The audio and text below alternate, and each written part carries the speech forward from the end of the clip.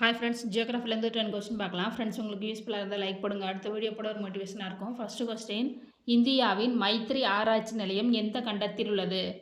Answer D, Antarctica. Maithri ஆராய்ச்சி நிலையம் 1989ஆம் ஆண்டு தொடங்கப்பட்டது.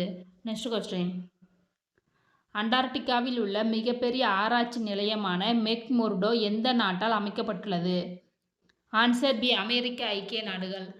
இது அண்டார்டிகாவிலேயே மிகப்பெரிய ஆராய்ச்சி நிலையமாகும். நெக்ஸ்ட் கொஸ்டின், அண்டார்டிகாவில் அமைக்கப்பட்ட முதல் இந்திய ஆராய்ச்சி நிறுவனம் எது?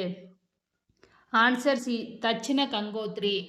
தட்சிண கங்கோத்ரி ஆராய்ச்சி நிலையம் 1984ஆம் ஆண்டு நிறுவப்பட்டது. 1989ஆம் ஆண்டு பனியின் மூலம் முழுவதாக மூடப்பட்டதால் இந்த ஆராய்ச்சி நிலையம் மூடப்பட்டு மைத்ரி ஆராய்ச்சி நிலையம் இரண்டாவதாக தொடங்கப்பட்டது.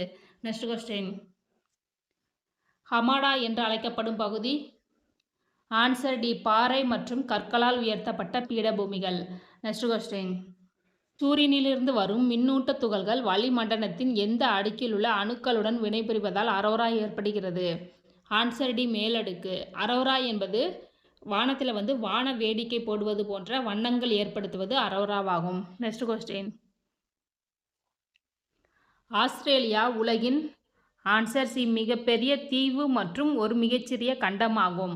நெக்ஸ்ட் கொஸ்டின், எகிப்திற்கும் சீனாய் தீபகற்பத்திற்கும் இடையில் ஒரு நிலச்சந்தி வழியாக உருவாக்கப்பட்ட செயற்கை கால்வாய் எது? ஆன்சர் சி, சூயஸ் கால்வாய். நெக்ஸ்ட் கொஸ்டின், ஆப்பிரிக்காவின் தென்முனை எவ்வாறு அழைக்கப்படுகிறது? ஆன்சர் டி, நன்னம்பிக்கை முனை. நெக்ஸ்ட் கொஸ்டின், கட்டாரா ஊது பள்ளம் எந்த பாலைவனத்தில் உள்ளது? ஆன்சர் ஏ, சகாரா பாலைவனம். இந்த கட்டாரா ஊதுபள்ளம் என்பது சகாரா பாலைவனத்தின் மிக ஆழமான பகுதியாகும். இது கடல் மட்டத்திலிருந்து 133 மீட்டர் ஆழம் கொண்டது. நெக்ஸ்ட் கொஸ்டின், கூற்று 1, தென் துருவ ஜோதி என்று அழைக்கப்படுவது அரோரா ஆஸ்ட்ராலிஸ். கூற்று 2, வடதுருவ ஜோதி என்று அழைக்கப்படுவது அரோரா பொரியாலிஸ். ஆன்சர் சி, கூற்று 1 மற்றும் கூற்று 2ம் சரி. ஏற்கனவே பார்த்தோம், இந்த சூரியனிலிருந்து வர்ற அணுக்களுடன் வினைபுரிந்தது அரோரா ஏற்படுகிறது அப்படின்னு. இந்த அரோரா ஆஸ்ட்ராலிஸ் தென் துருவத்தில் ஏற்படுகிறது. அரோரா பொரியாலிஸ் வட துருவத்தில் ஏற்படுகிறது.